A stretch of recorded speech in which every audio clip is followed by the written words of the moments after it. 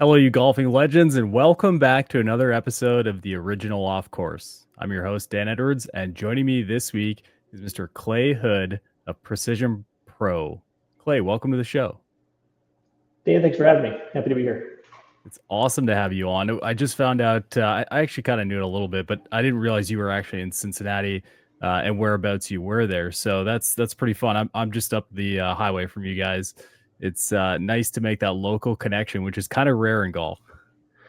Yeah, for sure. I've really enjoyed it here. I'm not from Cincinnati. We started the company actually out in California, but not too long after we started, we kind of moved to the East Coast. Yeah, so I've been here since 2015, and yeah, it's kind of this Northern Kentucky, Cincinnati area is really, really good. Good for golf, good for just kind of good people like a lot. Yeah. Did I read correctly as I snooped around on the internet? Were you previously in the role of like in a golf course role? I was, yes, my kind of first, let's say, 10 years out of college were as a assistant pro. So yeah, it was kind of a club pro role. Worked at a couple of clubs in Lexington, down in Kentucky, for right out of college, and then moved over to Virginia, a club in Charlottesville, Virginia. Sometime after that, I spent like 5 years there. So yeah, my background is in golf, and I was on that path for a long time until kind of this came along. Is there any truth to the rumor that assistant pros know more about golfers than anyone else on the planet? Know more about golfers. I mean, they're at the golf course a lot and talk to people. So I think it kind of just depends on your personality. I think, that's probably some truth to that. I mean, you're out there talking to people, seeing people every day. So yeah, it's you kind of get a little bit of everything. So I wouldn't say that's not true. Yeah, I belong to a private course up here in Cincinnati, and it's funny how much intentional engagement goes on, and I feel like those who are good in a pro shop are willing to have that extra conversation, and I really like that. But it also you end up hearing everything about everything, whether it's product, whether it's golf course, whatever it might be. So I feel like that positioned you really well to understand what golfers need and what better type of product than rangefinders to really focus in on. Yeah, for sure. I think, for me, just my, background kind of, purely in golf, not in business. I kind of had to learn all the business stuff and kind of, got into this a little bit by accident. But just being kind of, spending not my whole life, but probably 75% of it, like pretty much entrenched in golf since I was 11 years old, like is been great. One, you're kind of your own customer. You're using the products. You're out there playing as much as you can, not as much now for me as I would like, but still a decent bit. So yeah, you're able to kind of test products, think about what you want to build, innovate from the mindset of like the customer using it, which is and then you can be out there using it yourself. So and a lot of the things you're probably haven't done the you're not in the role of someone, maybe you're selling stuff too, so it's a little bit different. You kind of got to get yourself in that. So yeah, and being in golf is has been excellent, just because just kind of knowing all that stuff. Yeah. I want to get into the growth of the company overall shortly, but before we do that, can you share with our listeners what the origins of Precision Pro was and kind of paint the picture, pave the way as to how the last couple of years have looked from that perspective? Sure, yeah. So we got started. Our first full year in business was 2015. So we had kind of worked on a product a little before that. Prior to that, I had moved. I was kind of in the golf pro role and had moved out to California. It was kind of for a lifestyle change, and it was willing to kind of continue in the kind of the club pro thing, but didn't quite just didn't get a job right away when I got there. So I wound up meeting my who's my business partner now. His name is Jonah, and we started just working. He had kind of done a small business and was doing a couple other things. So we just started kind of messing around with a few ideas, and we had a couple ideas for some golf kind of training products, like a golf mat, and then like a little putting aid, and it was basically enough to kind of create something, sell a few, but kind of knowing like weren't probably weren't going to be able to sell enough of those to make an actual business out of it. But you kind of got like just the energy going on kind of the business side of it. So, while we're doing that, kind of looking around at the market, kind of what could be next, what kind of products could we work on. And at that time, rangefinders were, I would say kind of a luxury. They were newer in the market. You really just kind of had, Bushnell, couple other brands, but there wasn't much. So not many people had them. They were really expensive at that time. They weren't legal for. You technically couldn't post a score, a handicap score with a rangefinder. So you didn't just not many people had them. The slope kind of functioned and like you couldn't really turn it on and off. So yeah, they just weren't quite as big of a thing. So and then so our kind of thought was, these are obviously really helpful, really useful. Is there anything we could do here? Is there a way we could bring one out that would just be less expensive? So that was kind of our initial goal, and we did that. We worked with some factory suppliers, and we basically got a product out in late 2014. 2015, that kind of the main thing about it was I won't say the first, but probably the first rangefinder under $200 that you could buy. That was kind of really on the market. So, and that was our goal. Could we get something out around that, $200 range? And we did, and we had some initial success with just that concept of something that's less expensive, by sometimes $150.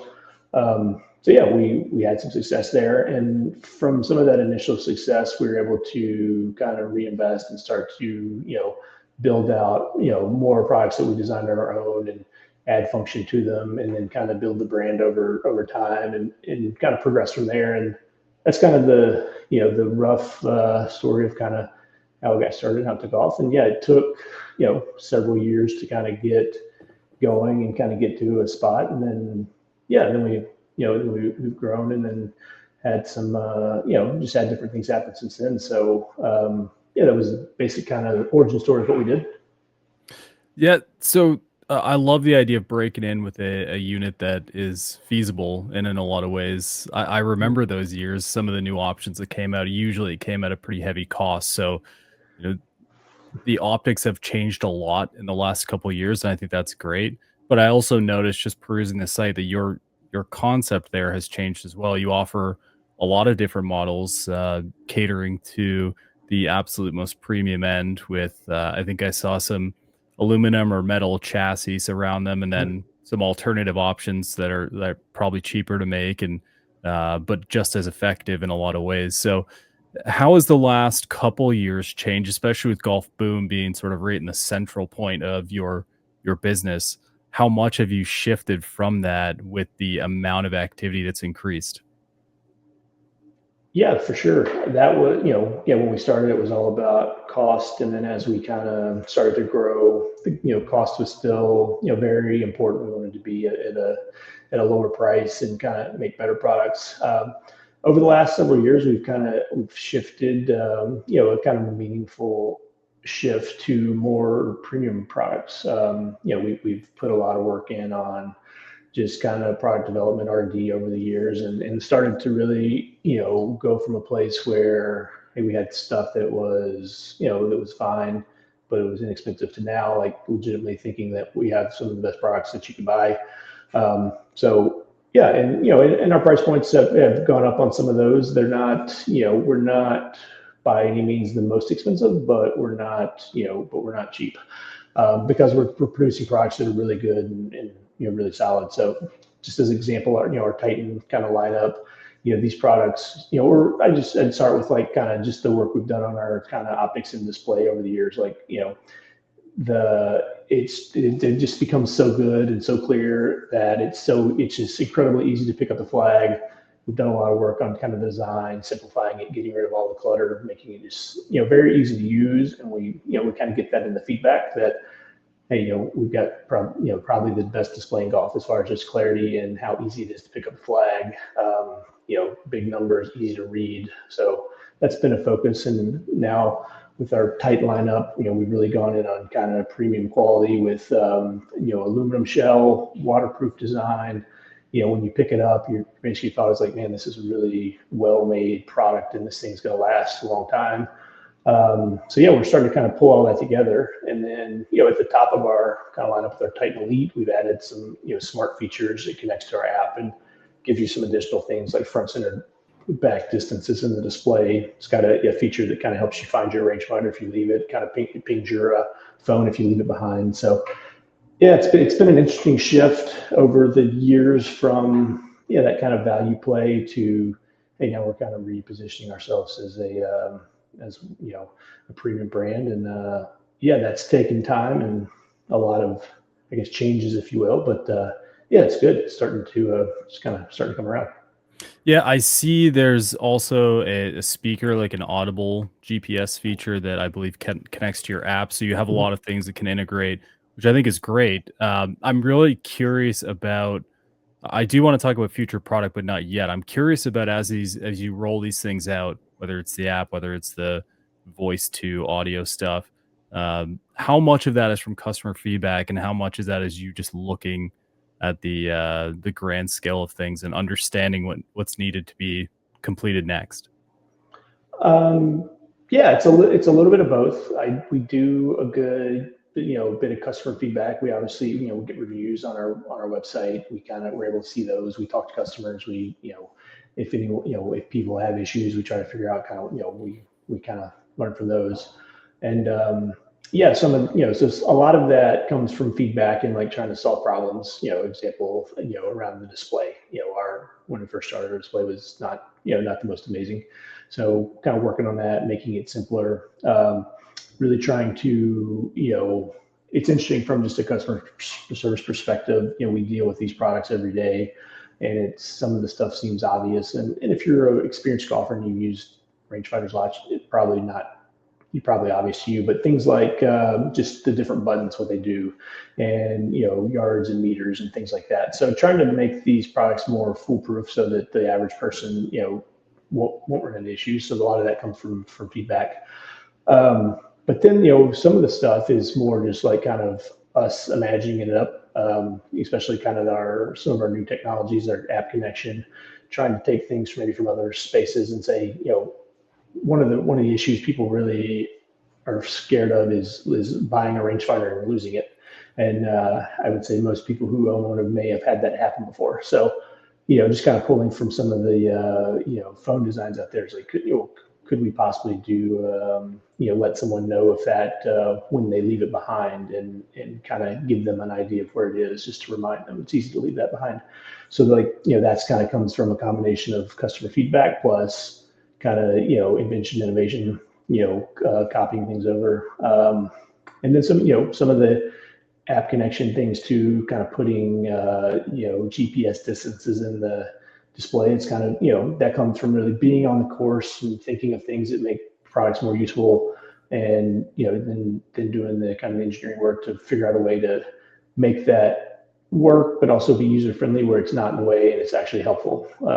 I think a lot of products now tend to get over featured, and you end up with stuff that's really expensive and not that useful, to be honest. So we try to resist that and kind of focus on things that are useful in our minds. I like that there is a variety there, and I assume it'll continue to grow as you see fit. What's fun about that for me is I choose to look at things more as what would anyone want as opposed to what would I want. So I look at like a GPS speaker. I'm like, I don't want that at all. But I can see the incredible value for some folks who maybe don't want to deal with looking through a rangefinder or trying to capture that and like Mhm. don't feel like looking at a screen. They push a button, you automatically get that information. Like that to me is like one of those things where it's an awesome addition that I love you have. And I assume there's a pretty solid market for it. Yeah, some of these things too, you kind of learn as you go, and you make mistakes and you kind of figure them out. And like one of the things with the speaker that we kind of figure out over time is like actually most people don't actually use the kind of the audio distance part. They just kind of use it as a speaker. So Okay. so those are kind of things you just kind of you're not sure of when you start, and like kind of you figure it out like did this. But then you kind of get into like the marketing portion of it, like, all right, well, if you're gonna market this as a golf specific speaker, like, all right, well, what's different about it than a regular just Bluetooth speaker? Okay, well, this is something that's different. However, that may be why someone buys it. But then you figure out like over time, they're like, yeah, actually not that many people are using the audio part. So it's a little, so I think that's just kind of where experience comes in over doing it for 10 years is like, all right, some of these things are what's important, what's not important. How do you sell stuff? Like, how do you market stuff? And that's just, just knowledge you kind of get over time after you've messed up a bunch of times. Yeah, it's funny how things shift, but then how things become an absolute necessity. Like I remember even 5 years ago, the concept of having a magnet was pretty unrealistic in a rangefinder, and I was Mhm. anti-magnet for a long time just because I am the idiot who would leave it on the cart and walk away. I mean, my own home golf course has like a rangefinder graveyard. It's a Ben, bin full of them, that people have yeah, just left behind. So the idea that those things happen and they become absolute is pretty interesting to me, and I feel like the magnet is one of the most visible elements of that, and I assume you've had your own issues and challenges with it. But is there anything else that you would say has had that kind of impact where like you can't really make a device without it now? I think one of the big things, magnet has been a thing that's kind of over the last, you know, let's say 5 years or so. It's actually interesting at the like this is another, I guess, kind of thing about being in the product space, in consumer space. Like you think you have these like kind of interesting ideas that no one else has, and then everyone in 2019 shows up in the PGA show, and there's like three different companies with the magnet on a rangefinder. I'm like, all right, well, I guess. So you kind of basically figure out that like everyone's got a lot of the same ideas. It's kind of like how do you do them and how do you execute them and kind of how do you market them. So the magnet's been a thing. When we started, we like our first product, we did not have a slope product. It was just a non-slope rangefinder. And at that time, there like the split on sales was like through just kind of anywhere through your website or through retailers was like 90% non-slope, 10% slope. You couldn't on a lot of those you couldn't turn the slope off. Um, made it illegal for tournaments. So you just didn't see that. And then over the course of time, it's like, all right, well now most companies don't even sell a product anymore that doesn't have slope. So you can turn it off now. So that's kind of another thing that like 7 years ago was different, and now it's like, all right, let's just very few companies even bother with selling a non-slope product. So that's kind of been one of the shifts as well. And we were able to ride that early as well, and kind of get in there when a few other companies maybe weren't quite as on that. Hmm. Yeah, so when it comes to Precision Pro, I think this is one of the things I'm always curious about. I've noticed that you're going a little bit beyond just providing the rangefinders. I've seen on your social media you have some great interactions there, and one of the things I liked the most was you actually had this little education bit where you showed people how to hang their rangefinder on the cart, where it was facing up rather than facing down. And those are Mhm. the little things that I think we don't really realize that we're doing wrong. We're causing damage. Why did you feel it mattered so much to do that? Is there space to do more of those types of things? Yeah, I mean, for us, like that is for us is like kind of we're in this for the long term, and kind of I think continual content and education around our brand for us is big. A little bit less on the kind of selling front, more on the helping front. So that's an actual interesting thing that is a consequence of new stuff. So like we started to put these magnets on products, and several companies started doing this back in 2019.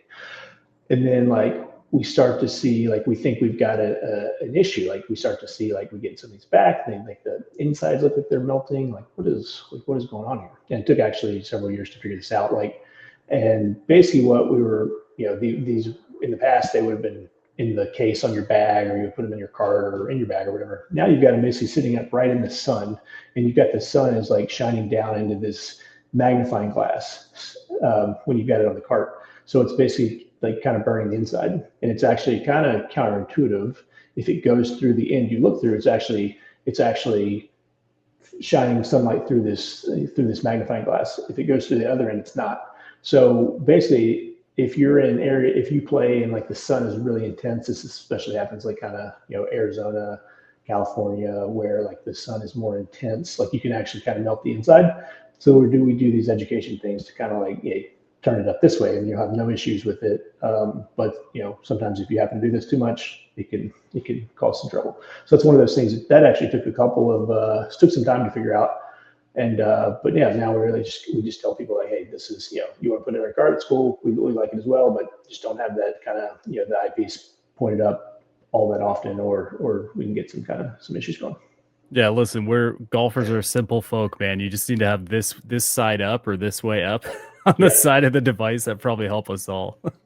yeah. Well, yeah, and that was like we just kept trying to figure out like why, like, are they defective? What's going on? Why is this happening? It's like, well, you're shining just intense sunlight like down, and it wasn't happening to a lot of people, but the people in those kind of intense sunlight areas we're seeing that. So yeah, so that's been a thing. I mean, in the early days, we would have people that would email our customer support and be like, the numbers are like really small. I'm like, well, so we try to figure out like, well, you're looking through the wrong end. Like, and you think that's obvious, right?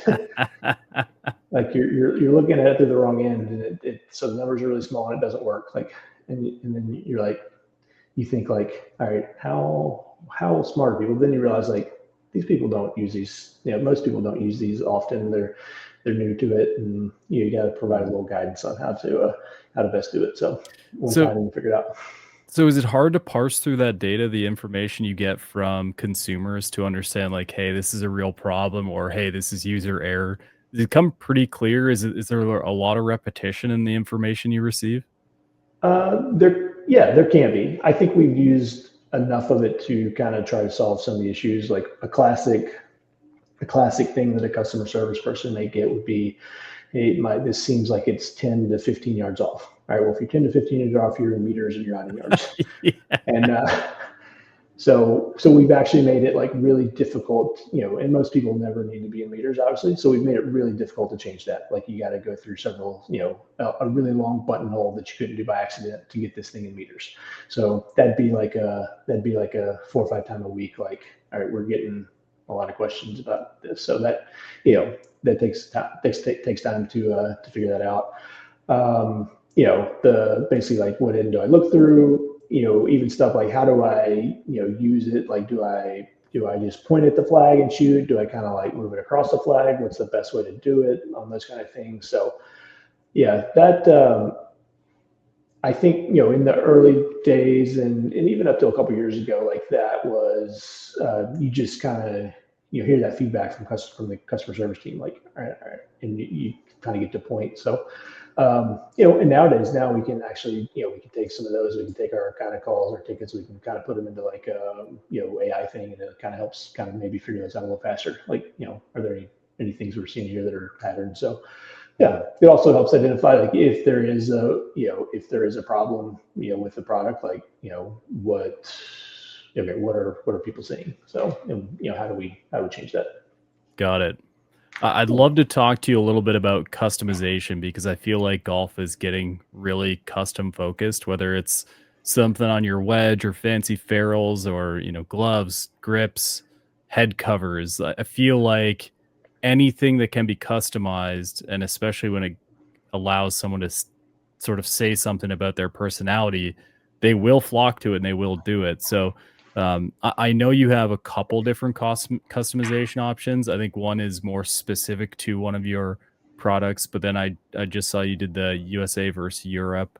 Let's see that the Titan slope is looks pretty sick. So, when it comes to customization, how careful do you have to be? How much do you have to explore that before you release, or are you releasing as you figure it out?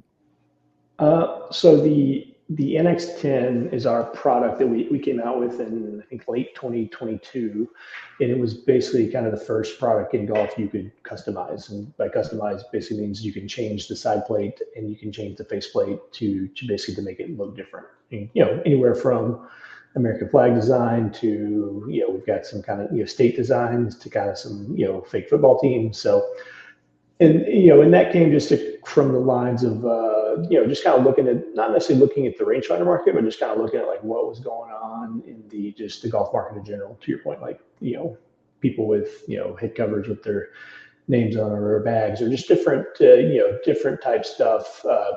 You just have so many more options now. You're seeing this with the club companies. They're coming out with limited edition drivers and putters and all kinds of things. And we're like, you know, this is interesting.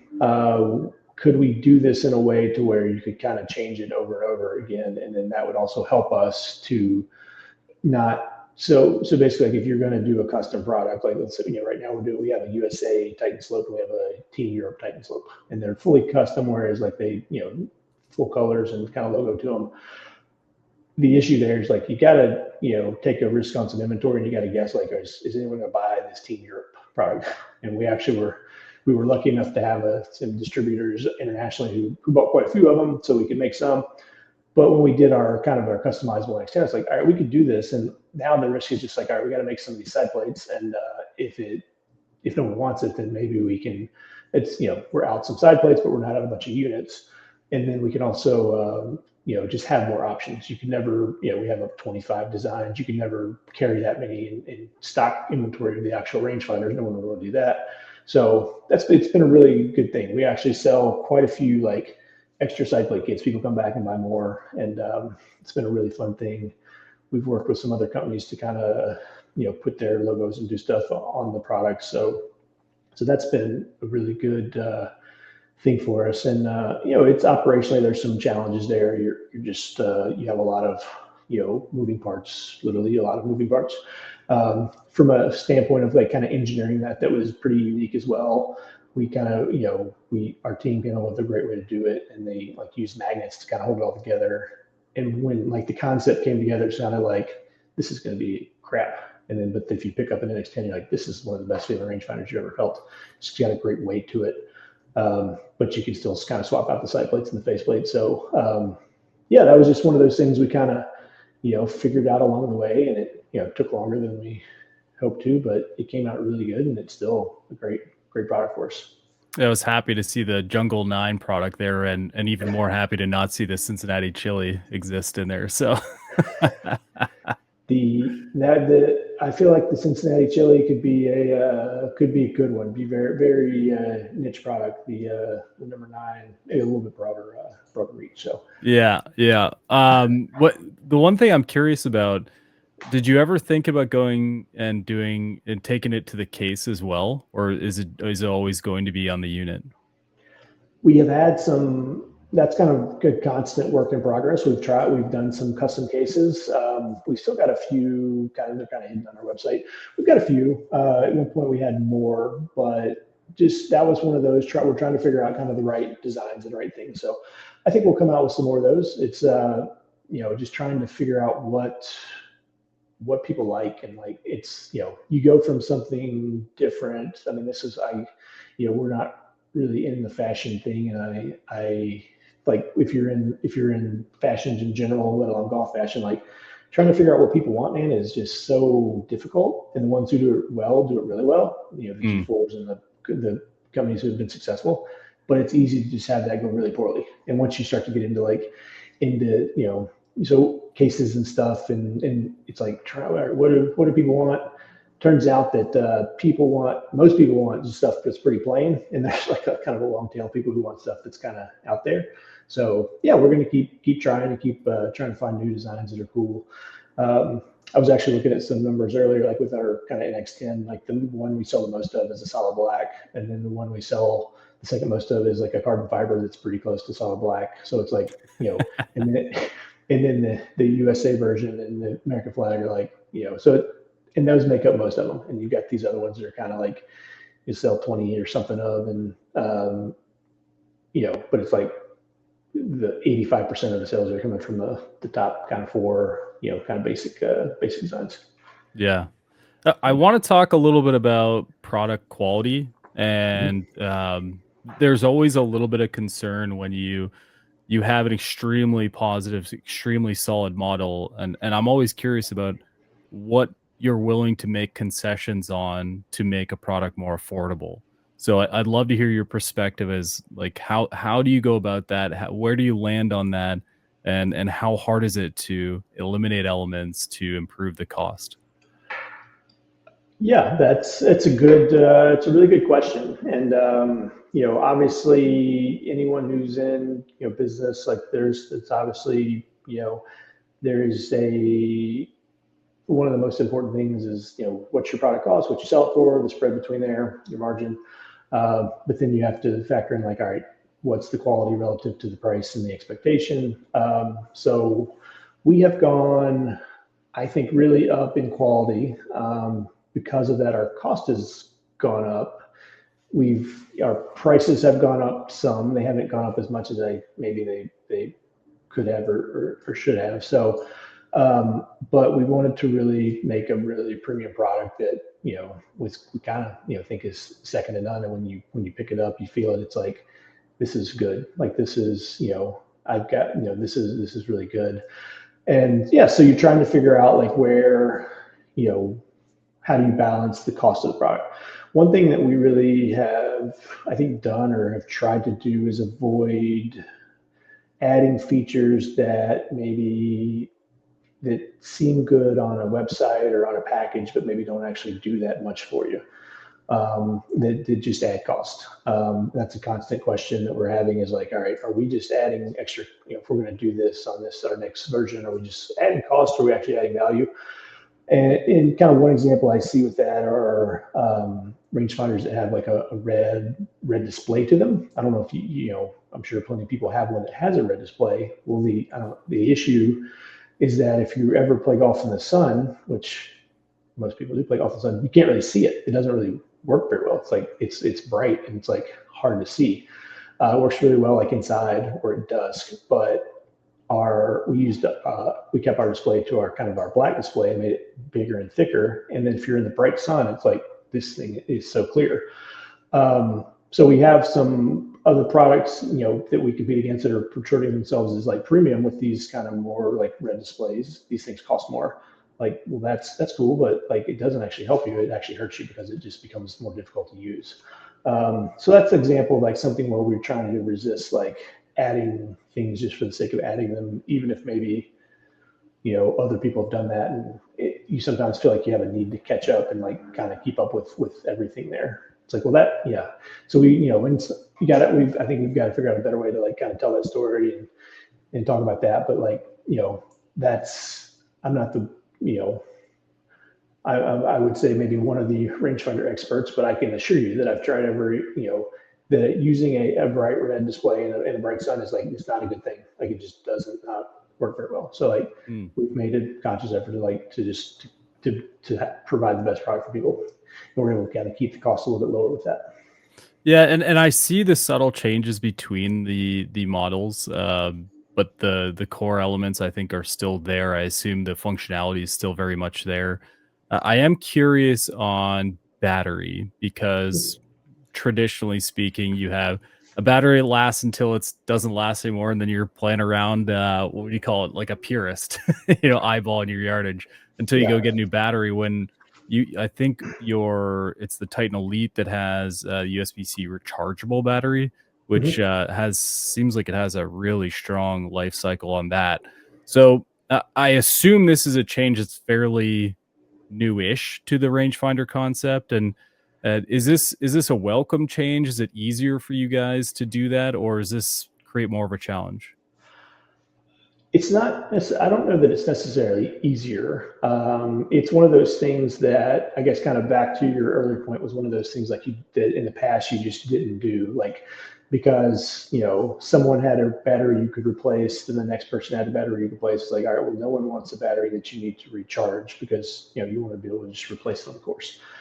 Well, so that was like we resisted for a long time of doing that, and then um, basically what it came down to is that we wanted to do our kind of new Titan Elite product, and it has Bluetooth and it connects to your app.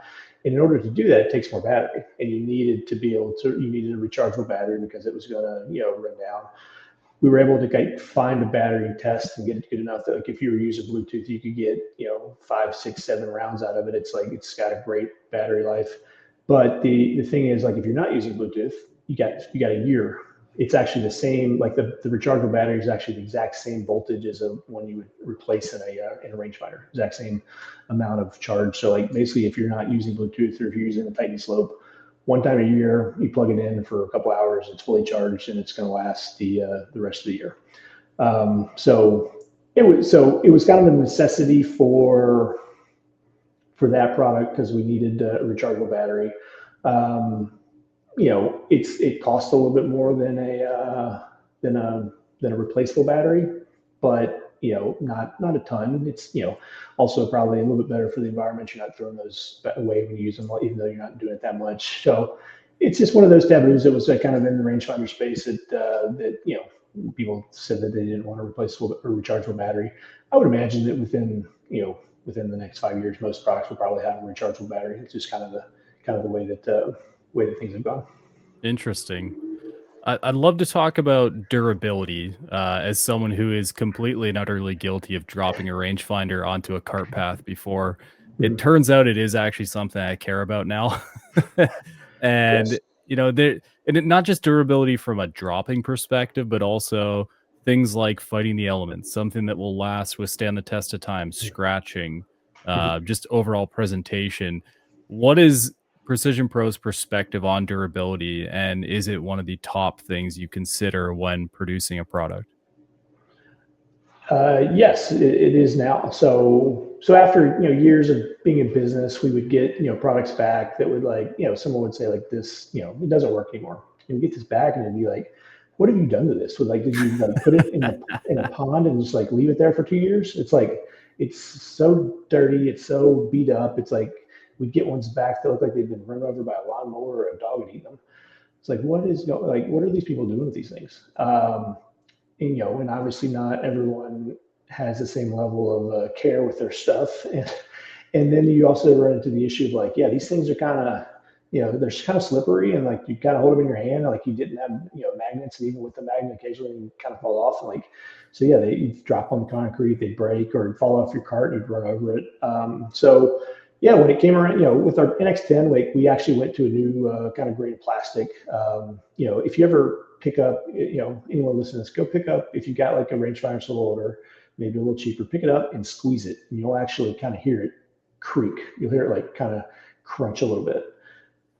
So like we went to our NX10 and we put in just a new quality of plastic in it and basically eliminated that, where it's like, this feels amazing. Like this thing feels like, this is solid. And then when it came time around for the Titan and Titan Elite, we're like, all right, we want to really go all in on like this thing should last for a long time. So what we did was we made the shell out of aluminum. So basically, this is a molded aluminum. This is not like a tin can aluminum. This is like you hit it with a baseball bat, you shoot it. It's not breaking. Um, just for that fact of like, yeah, people, we had this thought, people pay a little bit more for a more premium product that's going to last longer. So you drop it, run over it. You're just not going to break this. Like, that's just not really possible. And then the other element of that is with rangefinders, that we would see coming back, like you're out in the elements and most people aren't playing in the rain, but they are playing in moisture and they're playing in dust and they leave the rangefinder in their trunk over the winter and it's humid and they don't have quite the care for it. So we said, all right, we're going to fully seal this up. We're going to IP67 waterproof this. And it wasn't necessarily about that we thought you were going to drop it in a pond or we thought that you were going to be playing in a monsoon. It's that if you've ever maybe like, left your rangefinder in your trunk on a really humid or on a really funky day that like it's got like it's got moisture in the lens, and all right, and maybe you can't use it, and like, or maybe you're in a rain delay and you actually left your rangefinder in a cart Mm, and it got rained on. All right, well, all of a sudden like water gets in there. These are delicate instruments, like you can't use it. Like, so that basically eliminates that. Or even a lot of people play on courses that are dusty and like you get dust in there. Like, again, these are fine measuring instruments. Like, you don't want dust getting in your product. So we basically like, all right, those elements are not going to cause any issues now.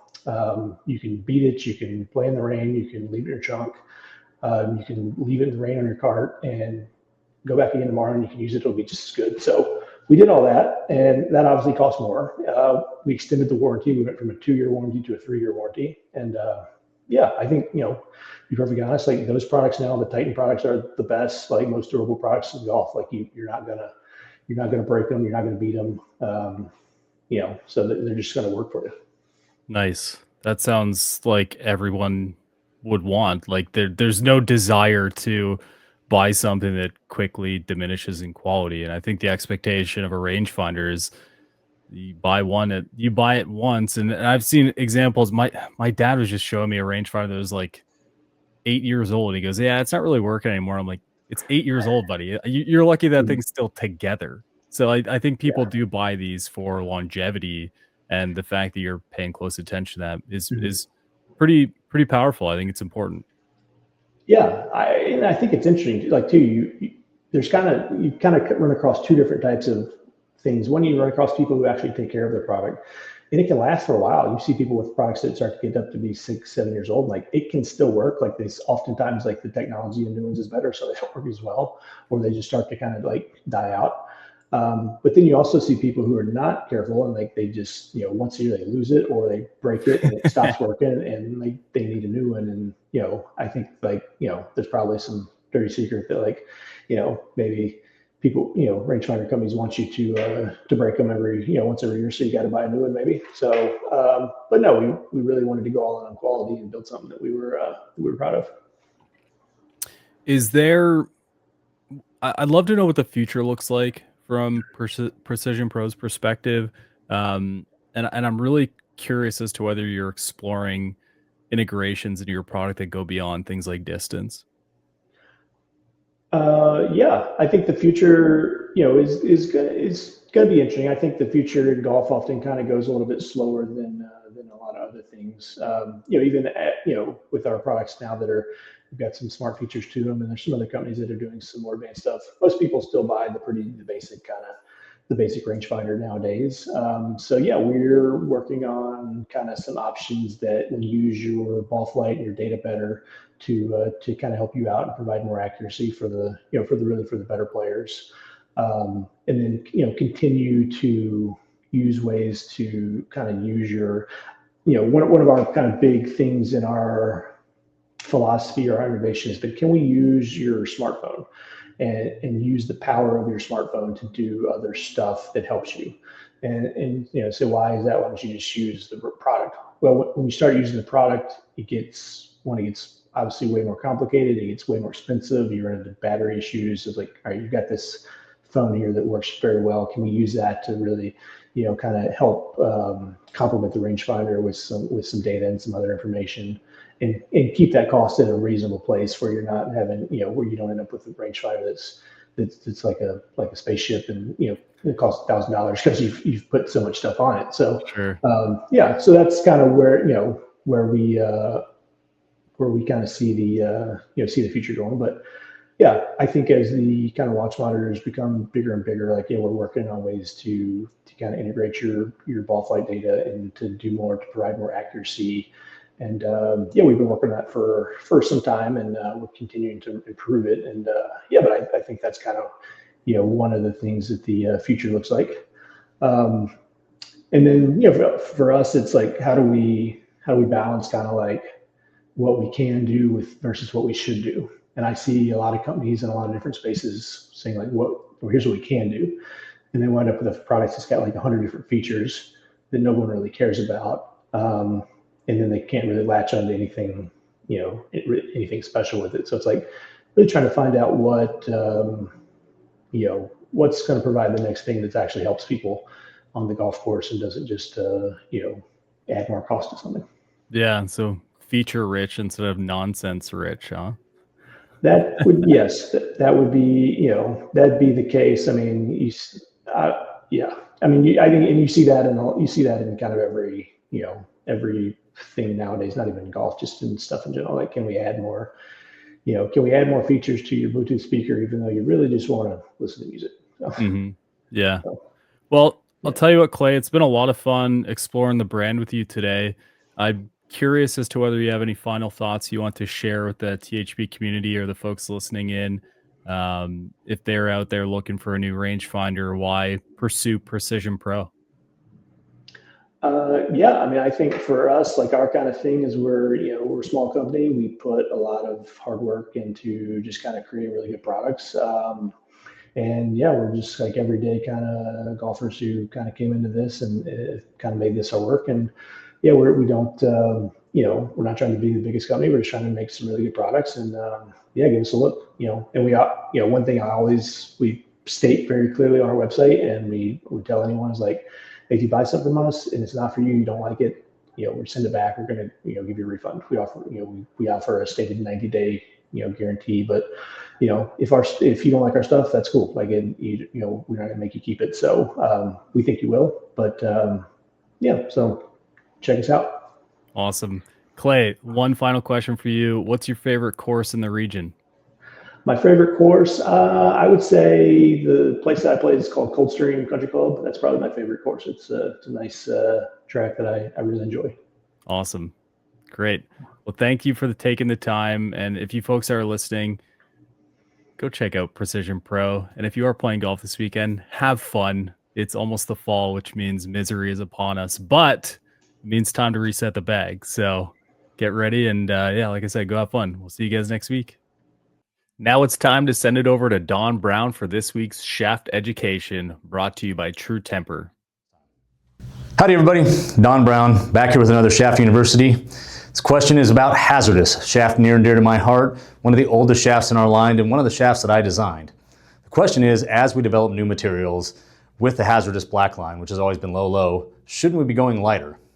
Well, the answer to that is probably not. Usually with those low shafts, we don't see a lot of players that are also looking for lightweight. Usually that more aggressive tempo. We've got someone who wants a little bit heavier shaft to help them with control. So we tend to stick in the 60, 70, 80 gram range with those. Usually we'd go to something a little bit lighter, and a product more like our Denali Blue, where we've got someone who's looking for a little bit of help with launch and spin. Those players tend to prefer a little bit lighter shaft. Looking forward to your next questions. Thanks.